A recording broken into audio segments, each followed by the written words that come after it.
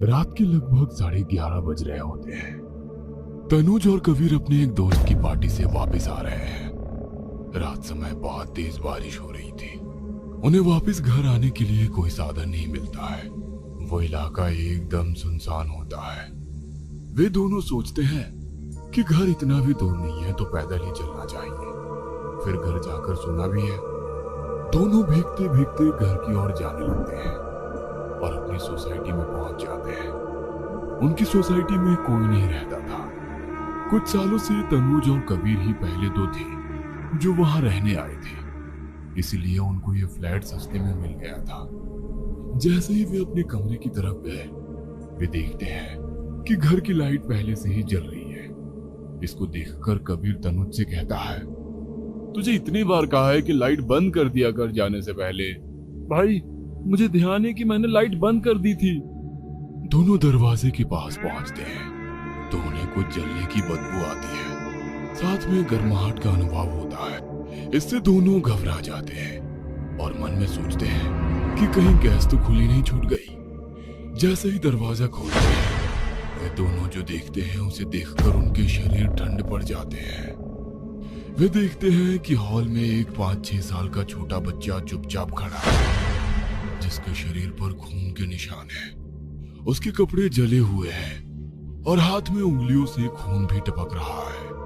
उन दोनों की नजर हॉल की दीवार पर पड़ती है और वे देखते हैं कि दीवार पर खून से झोपड़ी का एक अधूरा चित्र बना है। इन सब चीजों की शुरुआत तब हुई थी जब तनुज और कबीर दोनों नौकरी के लिए बेंगलोर आए थे। उन्होंने इस फ्लैट के लिए ब्रोकर से पहले ही बात की थी। उन्हें यह फ्लैट बहुत ही सस्ते दाम में मिल गया था, तो उन्होंने बाकी चीजों के बारे में ज्यादा ना सोचते हुए पूरे पैसे पहले ही दे दिए थे। अब बस उन्हें वहां जाकर रहना था। बेंगलोर स्टेशन पर उतरकर वो ब्रोकर को फोन करते हैं और सीधा उसके ऑफिस पहुंच जाते हैं और दोनों ब्रोकर के साथ मकान देखने चले जाते हैं। कुछ ही समय में वे मकान में पहुंच जाते हैं। ब्रोकर ने ताला खोला और दोनों को मकान दिखाया। दोनों दोस्त को मकान पहली नजर में ही पसंद आ गया। सर, ये सोसाइटी पहले सरकार की थी, अब निजी की गई है, इसलिए इधर कोई नहीं रहता। धीरे धीरे बढ़ रहा है। इधर आप आ गए, कुछ अच्छा होगा तो और भी आ जाएंगे अपने आप। फ्लैट तो बहुत अच्छा है। अच्छा है, मेरी नाइट शिफ्ट होगी और तनुज का दिन में ऑफिस। मैं तो दिन भर सोता रहूंगा, तो अगर आप एक मेड की व्यवस्था कर दें हमारे लिए 2 समय का खाना और घर की सफाई के लिए, तो अच्छा रहेगा। हाँ, वो मैं आपको बता दूंगा। फिलहाल मैं चलता हूँ, मुझे देर हो रही है। अगले दिन ब्रोकर सुबह 9 बजे मेड को भेज देता है। जैसे कि तनुज की मॉर्निंग शिफ्ट होती है और कबीर की रात की, तो सुबह मेड से केवल तनुज ही मिलता है। वो मेड को बताता है कि उन्हें केवल सुबह का नाश्ता और रात का खाना ही बनाना है और शेष थोड़ी घर की सफाई करनी है। मेड ने सारी बातों को हाँ ठीक है कहा और काम करना शुरू कर दिया। तनुज अपने काम को निकल जाता है। शाम को तनुज वापस आता है। तब तक मेड घर की सफाई करके और खाना बनाकर जा चुकी होती है। इतने में कबीर तनुज को बताता है, अरे सुन तनुज, ये नल खराब है, बार बार पानी लीक करने लगता है। कितनी बार बंद कर चुका हूं इसे। कोई बात नहीं, कल प्लम्बर को बुलवाकर नल ठीक करवा लेंगे। शायद लंबे समय से नल का इस्तेमाल ना होने से वो खराब हो गया है। अगले दिन प्लम्बर आता है और कबीर को बताता है कि नल तो पूरी तरीके से ठीक है। शायद कबीर को ही कुछ भ्रम हुआ होगा। अगले दिन से मेड घर का काम शुरू कर देती है। कबीर दोपहर के समय सो रहा होता है। तभी वो परेशान होता है और देखता है कि एक छोटा बच्चा जो शायद मेड के साथ आया था, कभी हंसता तो कभी रोता है, कभी बिस्तर पर कूदने लगता है तो कभी कपड़ों पर पेन चलाने लगता है। छोटे बच्चे का भोलापन देख और मेड का बच्चा समझकर वो बच्चे को कुछ नहीं कहता और कभी कभी तो उसके साथ खेलने भी लगता है। कुछ दिन तक ऐसा ही होता है। एक दिन तनुज ऑफिस से वापस आता है तो देखता है कि कबीर ऑफिस से छुट्टी पर है। तनुज कबीर से मुस्कुराते हुए पूछता है, क्या हुआ भाई, तबीयत तो ठीक है ना? ऐसे छुट्टी अचानक क्यों? तो कबीर बताता है, कि मेड के बच्चे के शरारतों के कारण उसकी नींद पूरी नहीं हो पाई। इतने में कबीर ने तनुज को याद दिलाया कि कल उनके ऑफिस के दोस्त अभिषेक की बर्थडे पार्टी में जाना है। अगले दिन तनुज अपने ऑफिस के लिए निकल जाता है और कबीर अपने काम में होता है। शाम को घर वापस आने पर वो देखता है कि मेड खाना बनाकर जा चुकी होती है और वो कबीर के कमरे में उसे उठाने जाता है। जैसे ही वो दरवाजा खोलता है तो सामने क्रेयॉन से बचाओ लिखा देखता है। ये देखकर तनुज चौंक जाता है और सोचने लगता है। तभी कबीर को उठाकर पूछता है कि ये किसने लिखा। मैं तो दिन में खाना खाकर सो गया था। मेड के बेटे ने ही लिखा होगा। पर छोटा बच्चा ये कैसे लिख सकता है? अरे तुम्हें नहीं पता, मेड का बेटा बहुत ही शरारती है। पूरा दिन दुखी करता रहता है और शोर मचाता है। अब तो दीवारें भी गंदी करने लगा है। मेड को कहना पड़ेगा कल कि बच्चे को साथ ना लाए।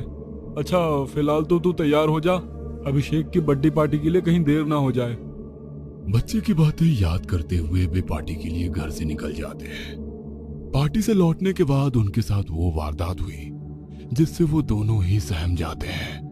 अंदर घुसते ही उन्हें वो बच्चा घायल अवस्था में दिखता है, जिसे देखकर दोनों ही दोस्त घबरा जाते हैं। कबीर तनुज को डरते हुए बोलता है, ये तो मेड का बेटा है। इसकी ये हालत कैसे हुई और यहाँ कैसे आया? इसकी माँ भी यहाँ दिख नहीं रही। तनुज कबीर को उस बच्चे को संभालने को कहकर मेड को कॉल करने लगता है। कबीर डरता हुआ धीरे धीरे बच्चे के पास जाता है और पूछता है, बेटा आप यहाँ कैसे आए? मम्मी कहाँ है? ये क्या हुआ आपको? परंतु बच्चा कोई जवाब नहीं देता और केवल रोता रहता है। तनुज कबीर से कहता है, तो इसको कमरे में बैठा और पानी पिला, तब तक मैं मेड को कॉल करके पूछता हूँ इन सब के बारे में। तनुज मेड को कॉल करता है और कबीर बच्चे के लिए पानी लेने जाता है। मेड का फोन नहीं मिलता। कबीर जैसे ही पानी लेकर कमरे की ओर जाता है तो वो देखता है कि उस कमरे में अब बच्चा नहीं है। वह जोर से तनुज को पुकार लगाता है। तनुज हड़बड़ाकर कबीर के पास आता है। क्या हुआ? अरे अभी उसे यहीं बैठाकर पानी लेने गया था। पानी लेकर आया तो गायब हो गया। क्या मतलब गायब हो गया? अरे यही कहीं बाथरूम में देख, यही होगा। सब जगह देख लिया भाई, वो यहाँ है ही नहीं। बच्चे के नाम मिलने से वो दोनों डर जाते हैं और मेड को बार बार कॉल करते हैं, लेकिन मेड का कॉल नहीं लगता। वो दोनों सोचते हैं कि उस घर में रुकना अब ठीक नहीं है। वो दोनों ऑफिस के दोस्त अभिषेक के घर चले जाते हैं और सुबह मेड के आने का इंतजार करते हैं। सुबह तनुज और कबीर दोनों अपने घर आते हैं, लेकिन अंदर नहीं जाते। वहीं बाहर बैठकर मेड के आने का इंतजार करते हैं। कुछ देर बाद मेड जब आती है तो तनुज बहुत गुस्से में मेड पर चिल्लाता है, ये क्या हरकत है अपने बच्चों को यहाँ छोड़ने की? हम रात भर परेशान रहे और अचानक से तुम्हारा बच्चा कहीं चला गया। ये सुनकर मेड भी घबरा जाती है और उन्हें शांत करके बताती है, साहिब मेरी तो अभी तक शादी नहीं हुई और ना ही कोई बच्चा है। ये सुनकर कबीर को झटका लगता है क्योंकि वो रोज उस बच्चे के साथ खेलता था। कबीर मेड से पूछता है कि जब वो आती थी तो उसके साथ वो बच्चा कौन था? साहिब इस फ्लैट में कुछ साल पहले एक परिवार की सिलेंडर फटने से मौत हो गई थी। 6 साल का उनका बच्चा भी उस घटना में मर गया था। मेरी तो मजबूरी है कि मुझे यहाँ काम करने आना पड़ा। ये सब सुनकर तनुज और कबीर बहुत डर गए थे। वे मेड से कुछ और पूछते कि घर की एक खिड़की से उन्हें उस बच्चे का चेहरा दिखा जो उनकी तरफ देखकर ऐसे मुस्कुरा रहा था जैसे मानो वो कहना चाह रहा हो, इस बार तो बच गए, लेकिन अगली बार